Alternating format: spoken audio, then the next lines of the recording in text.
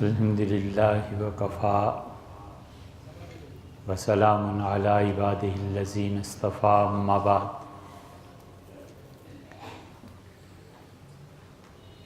اللہ تعالیٰ نے انسانی جسم میں جن چیزوں پر خاص کرم فرمایا ہے ان میں ایک چیز انسانی دماغ ہے۔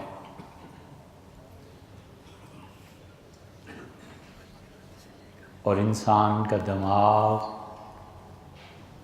بنیادی طور پر کئی صلاحیتیں رکھتا ہے۔ مثلاً اس میں یہ صلاحیت ہے کہ دماغ حافظے کو خود محفوظ رکھے۔ پہلی مرتبہ بچہ ایک چیز کو دیکھتا ہے اور وہ ماں سے پوچھتا ہے کہ امی یہ کیا ہے، تو ماں بتاتی ہے کہ بیٹے یہ کرسی ہے۔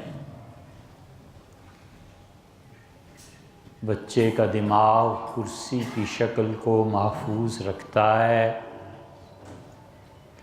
ایک مرتبہ، دو تین مرتبہ، آخر بچہ بغیر کسی سے پوچھے پھر جان لیتا ہے کہ یہ کرسی ہے۔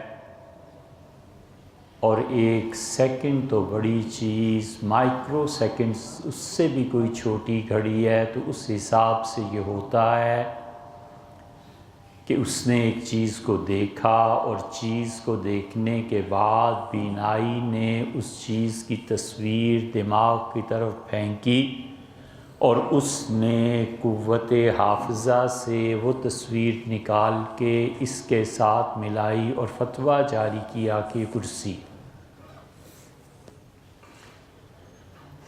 بچے کے لیے ایک نئی چیز ہے اور وہ کسی گاؤں میں جاتا ہے اور مینڈک کو دیکھتا ہے تو پہلی بار پتہ چلتا ہے کہ مینڈک کیا چیز ہے۔ اب اس کی تصویر وہ محفوظ کرے گا۔ انسانی دماغ میں اللہ نے ایک اور صلاحیت رکھی ہے اور وہ انسانی دماغ کا مقابلہ اور جستجو ہے۔ اور ان مثالوں کے علاوہ انسانی دماغ میں ایک بہت بڑی چیز جو اصل انسان کے دماغ کی قوت ہے، وہ اصل چیز جس پہ انسانی دماغ کو اللہ نے پیدا فرمایا ہے، وہ نامعلوم سے معلوم کا سفر ہے۔ الٹا ہو گیا کہ معلوم سے نامعلوم کا سفر ہے۔ نامعلوم چیزیں اگر وہ انسان کو نہیں پتہ، صحیح تعریف اب کر دیتے ہیں۔ یہ درمیان میں آوازیں آتی رہیں تو اس وجہ سے ذہن ادھر ادھر چلا گیا۔ اصل جو چیز اللہ نے دماغ میں رکھی ہے وہ معلوم سے نامعلوم کا سفر ہے۔ بس یہ اصول ہے، اس کو یاد رکھنا چاہیے، اسے لکھ لینا چاہیے۔ اور اس سے بڑی کوئی قوت اللہ نے دماغ میں نہیں رکھی کہ انسان کو جو چیزیں معلوم ہیں ان کے ذریعے وہ کسی غیر معلوم چیز کی طرف سفر کرے۔ اس لیے دماغ دو طرح کے ہوتے ہیں، ایک انسانی دماغ اور ایک حیوانی دماغ۔ اور انسانی دماغ کا خاصہ یہ ہے کہ جو معلومات ہیں ان سے وہ سفر کرتا ہے غیر معلوم کے لیے، اور حیوانی دماغ نامعلوم کی جستجو چھوڑ دیتا ہے۔ اور جب کوئی بچہ، کوئی بڑا، کوئی مرد و عورت وہ اس مصیبت میں گرفتار ہو جائے یا اس کی زندگی کو اس سے شناسائی حاصل نہ ہو کہ وہ کتنی سنگین حرکت کر رہا ہے کہ نامعلوم کی جستجو سے وہ محروم ہے، تو حقیقت یہ ہے کہ وہ اپنے پروردگار کے فضل سے محروم۔ انسان کو اللہ نے اسی بنیاد پر پیدا کیا، قومیں بھی اسی بنیاد پہ ابھرتی ہیں، انسان بھی اسی بنیاد پر ابھرتے ہیں، اقوام کا اقتدار بھی اسی بنیاد پہ ابھرتا ہے کہ ہمیشہ وہ اپنا سفر شروع کرتا ہے اور نامعلوم چیز اس کے لیے چیلنج بن جاتی۔ جو بچہ ایک صفحہ کسی کتاب کا پڑھ لے اور اس کے بعد وہ دیکھتا ہے کہ یہ تو بہت مشکل ہے، اور پھر اس کے بعد اسے اونگ طاری ہو جاتی ہے، یا وہ صفحہ پلٹ کے آگے چل پڑتا ہے اور اس چیلنج کو قبول نہیں کرتا، وہ یقیناً اپنی زندگی برباد کرے گا۔ اور بہت سے افراد اگر کسی زمین پر ایسے پیدا ہو جائیں تو یہ قوم ہی اپنے آپ کو برباد کر لے گی، اس لیے کہ انہیں طلب ہی نہیں ہے، ان میں یہ تڑپ ہی نہیں ہے۔ یہ بالکل اس مریض کی طرح ہے جو مریض ڈاکٹر سے کہتا ہے کہ مجھے بھوک ہی نہیں لگتی، اور ڈاکٹر کہتا ہے کہ آپ اپنے اندر یہ صلاحیت پیدا کریں، ورزش کریں، یہ چیزیں کھائیں، یہ دوا استعمال کریں، وہ 3-4 مختلف طریقے بتاتا ہے کہ اس ذریعے سے آپ کو بھوک لگے گی۔ بھوک آپ کو کیوں نہیں لگتی؟ اس لیے کہ آپ کے منہ میں دانت نہیں ہیں، اور دانت لگوائیں، اس سے چبایا جائے گا، معدہ اپنی حرکت پہ واپس آئے گا، اور آہستہ آہستہ یہ نظام ٹھیک ہو جائے گا۔ اب جو مریض نہ دانت لگاتا ہے، نہ غذا کو چباتا ہے، نہ ورزش کرتا ہے، نہ ڈاکٹر کی دوا کھاتا ہے، نہ اس کے مشوروں پہ عمل کرتا ہے، تو اس کا انجام سوائے مختلف بیماریوں کے، جسم کے کمزور ہو جانے کے اور آخر کار مر جانے کے علاوہ کچھ نہیں۔ بالکل ایسے ہی جس شخص کی زندگی میں یہ تڑپ ختم ہو جائے، اور جو بچہ پڑھے پہلا صفحہ، اور پہلا صفحہ پڑھنے کے بعد وہ چیلنج کو قبول کرے، اٹھتا ہے، ڈکشنری دیکھتا ہے۔ اب تو ڈکشنری کا بھی زمانہ نہیں رہا، وہ اپنے موبائل پہ ڈالتا ہے کہ ارمغان کا لفظ یہ جو آیا ہے، تو ارمغان کسے کہتے ہیں؟ یہ جستجو ہے، یہ معلوم سے نامعلوم کی طرف کا سفر ہے۔ علامہ اقبال نے یہ لکھا ہے کہ ارمغان حجاز، تو ارمغان کا مطلب کیا ہے؟ آخر میں اسے سمجھنے کی کوشش کروں، اور جو بچہ سمجھنے کی کوشش کرتا ہے، اچھا ارمغان کا مطلب ہے چمن، تحفہ، خوبصورت چیز، وہ کہتا ہے زبردست بات علامہ نے کی۔ جو کہتا ہے ان شاعروں کا تو پتہ نہیں دماغ ہی خراب ہے، کس مصیبت میں پڑ گئی، اس کے حالات یاد کریں اور اس کی شاعری کی تشریح کریں، چلو اگلا صفحہ یا ٹیسٹ پیپر نکالتے ہیں، یہ خود بھی برباد ہوگا اور اس کی اولاد بھی برباد ہوگی۔ صوفی کیا کرتا ہے؟ صوفی اللہ کی عبادت کرتا ہے، جو اسے معلوم ہے، اس معلوم کی بنیاد پر نہ دیکھی ہوئی نادیدہ طاقت اللہ کی طرف چلتا ہے، اور کہتا ہے اے رب یہ معلوم ہے، اس طرح نماز پڑھنی ہے، یہ کرنا ہے، لیکن جنت اور اس کی نعمتیں نامعلوم ہیں۔ خود تیری ذات جس کے سامنے میرا دل ہر لمحہ استحضار کی کیفیت میں رہتا ہے اور سجدہ کرتا ہے، اور تو آنکھوں سے پنہا ہے، اللہ ان معلومات کی بنا پر میں نامعلوم کی طرف سفر کر رہا ہوں۔ صوفی یہی کرتا ہے، سائنٹسٹ کیا کرتا ہے؟ سیب گرا، اس نے دیکھا اور اس نے اس معلوم سے نامعلوم کی طرف سفر کیا کہ آخر کون سی طاقت ہے، سیب اوپر بھی جا سکتا تھا، نیچے ہی کیوں آیا؟ یہ اتنی بڑی نعمت ہے خدا کی کہ آدمی اگر اس سے محروم ہو جائے تو کوشش کرے، اگر شریعت اجازت دے تو مر جائے، تاکہ ایسے نالائقوں سے یہ زمین خالی ہو اور کچھ لائق اور اچھے لوگ پیدا ہوں جو اس زمین پہ خدا کے پیغام کے وارث بنے۔ پوری عمر قرآن پڑھتا رہا اور یہ معلوم سے نامعلوم کا سفر نہیں کیا، کبھی یہ نہیں سوچا کہ اللہ نے مجھ سے کچھ کہا ہے۔ اس آیت کریمہ کا مطلب کیا ہے؟ اللہ نے فرمایا ہے کہ حامان جو کچھ سوچتا تھا ہم نے اس کے برعکس کیا، تو یہ حامان کون آدمی تھا؟ یہ کیا سوچتا تھا؟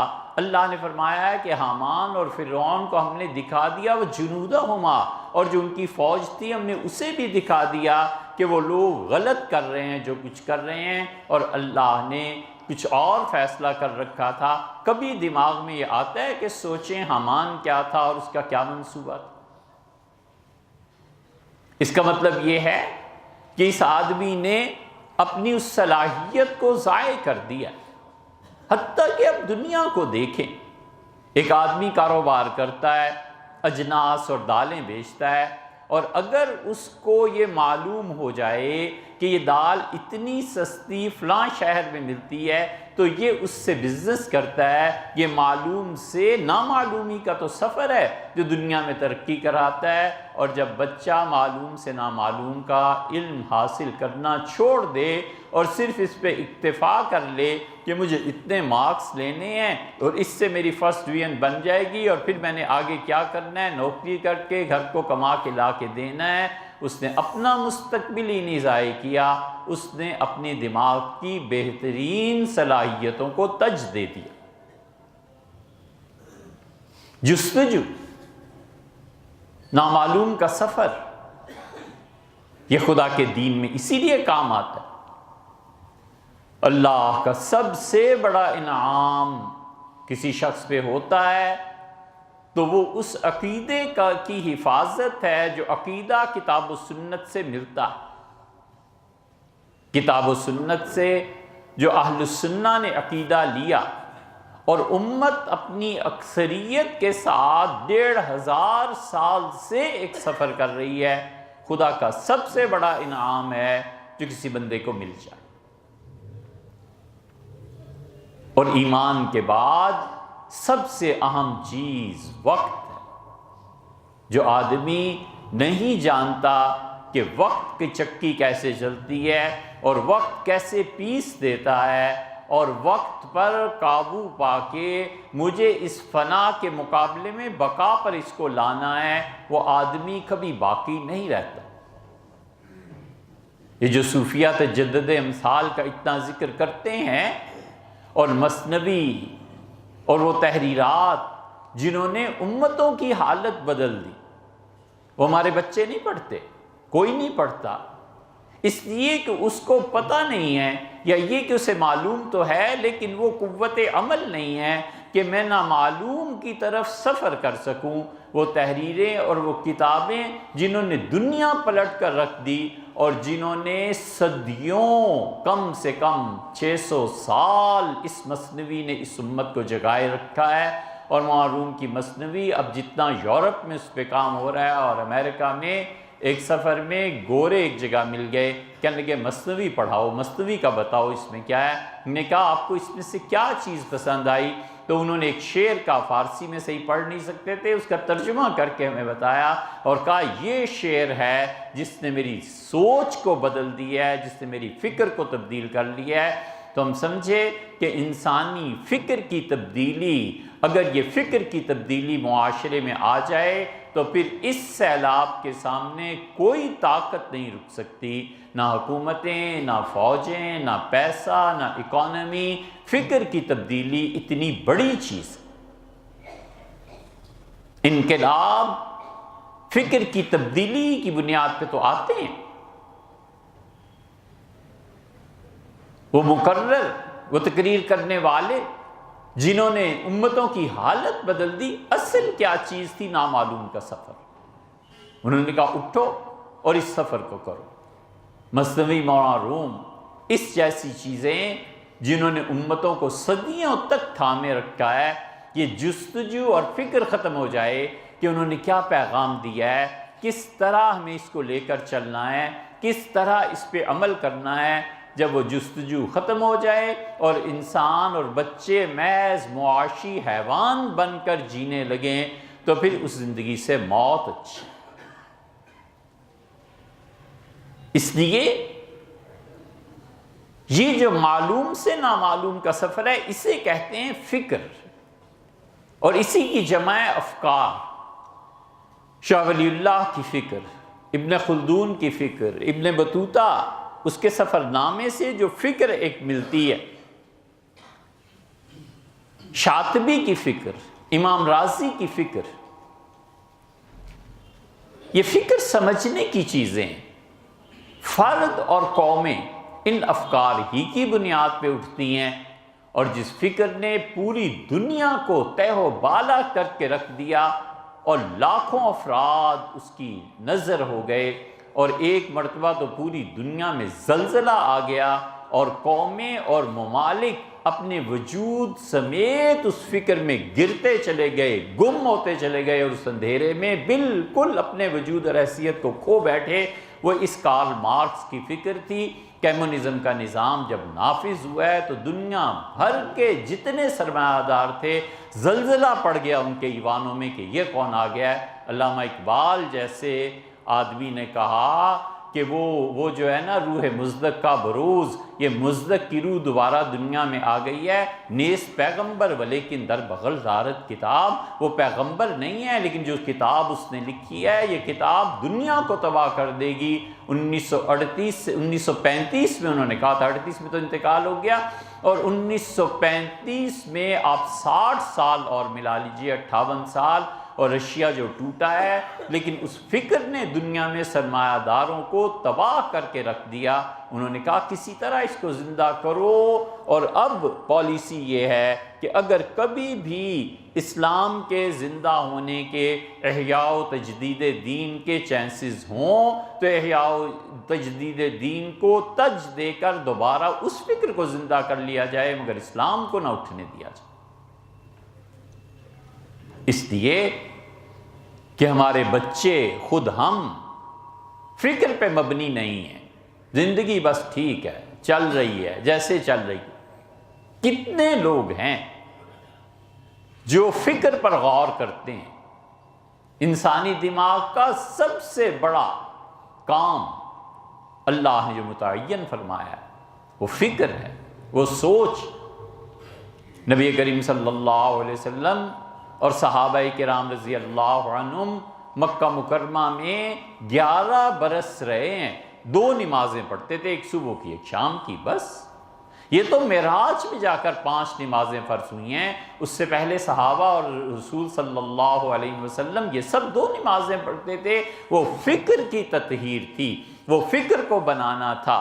اصل میں امتوں کا زوال اور معاشرے کا زوال ہمیشہ ایک چھوٹی سی چیز سے شروع ہوتا ہے، اور وہ ہے انسانوں کی اخلاقیات کا زوال اور ان کی نفسیاتی امراض۔ بس کبھی کوئی قوم اور معاشرہ معاشی وسائل کی قلت سے نہیں تباہ ہوا کرتا، کبھی کوئی قوم اور معاشرہ کفر سے تباہ نہیں ہوا کرتا، کبھی کوئی قوم اور معاشرہ اپنی فتح فوجوں کی اور ان کی ناکامی سے تباہ نہیں ہوا کرتا۔ تباہی اور زوال کا آغاز ہوتا ہے انسانوں کے نفسیاتی مسائل سے، اور انسان کے اندر اخلاقیات جو ہوتے ہیں اس سے زوال اندر سے پھوٹتا ہے، باہر سے نہیں آتا۔ اب خود سوچیں، کسی سوسائٹی میں لوگ الگ الگ رہ رہے ہوں، ہر ایک کا اپنا گھر اور مکان ہو، وہ آزادی سے اپنے بچوں کی تربیت کر سکتا ہو اور شام کو پارک لے جا سکتا ہو، اس کے بچے سوئمنگ کرتے ہوں، تیر اندازی کرتے ہوں، ورزش پہ پورے ہوں، اور پڑھنے کے لیے جو اسے ایک کمرہ سکون کے ساتھ ملے وہ بچہ، اور وہ بچہ جہاں روز گڑبڑ ہوتی ہو، روز لڑائی ہوتی ہو، آج ماں پیٹ رہی ہے، کل باپ پیٹ رہا ہے، یہ گھروں کی لڑائیاں ہیں، یہ پھوپھی آ گئی ہے، یہ دادی آ گئی ہے، یہ چچی آ گئی ہے، دونوں کو کیا زمین پہ رہنے کا حق حاصل ہو جائے گا؟ اور کیا دونوں کی ذہنی سطح ایک ہوگی؟ تباہ کر دیں گی یہ گھر کی لڑائیاں اس کی صلاحیت۔ وہ بچہ ہے، اسے سمجھ ہی نہیں آنی کہ ہو کیا رہا ہے میرے ساتھ، حتیٰ کہ اس عمر کو پہنچ جائے گا جہاں وہ پہنچ کے اس گدھے کی مانند جو چکی کے گرد گھومتا ہے، وہ بس پیسے کما کما کے کہیں سے لاتا رہے، اور ان عورتوں کو کوئی فکر نہیں ہے کہ ہماری یہ روز کی جک جک اور بک بک ہمارے بچوں کو کتنا پیچھے ڈالے گی۔ جب قوموں اور امتوں کا یہ حال ہونے لگے، پھر لوگ باتیں کریں، یہ کر دیں گے، یہ کر دیں گے۔ کدھر سے کر دو گے یار؟ تم تو بھی اپنے نفسیاتی مسائل سے ہی نہیں نکلے۔ یہ انسانی نفسیات ہے، یہ بیماریاں۔ زوال یہاں سے شروع ہوتا ہے۔ کیوں نہ ہم اپنی نسلوں کے لیے، ہم ان بچوں کے لیے جو آئندہ آئیں گے، ایک اچھا ماحول انہیں دیں؟ کیوں نہ ہم ان کے متعلق سوچیں کہ ہماری آئندہ نسل ان نفسیاتی بیماریوں میں مبتلا نہیں ہوگی؟ ہم کچھ کوشش کریں گے کہ میرا بچہ اس بات پر نہ دیکھے کہ میں اور بیوی لڑ رہے ہیں، کیا یہ پکنا تھا اور آج نمک زیادہ تھا اور اٹھا کر برتن پھینکے جا رہے ہیں۔ اس بچے کو اس ماحول سے کیوں نہ ہم بچائیں؟ اسی لیے اخوان الصفا کے جو نوجوان تھے نا، اگرچہ کفر تھا ان میں والعیاذ باللہ، خدا بچائے، ملتان ان کا مرکز تھا، بغداد ان کا مرکز تھا، بڑے بڑے اسلامی تہذیب کے شہر ان کے قبضے میں آئے ہوئے تھے، اسپین تک ان کے اثرات اس زمانے میں پہنچے جس زمانے میں بظاہر ترسیل کے ذرائع مضبوط نہیں تھے۔ 90 سال کے اندر اندر عالم اسلام نے گھٹنے ٹیک دیے اخوان الصفا کے سامنے۔ اگر وہ تشدد میں نہ پڑ جاتے تو شاید اس امت کو کہیں سے کہیں اور تباہی میں لے چلتے۔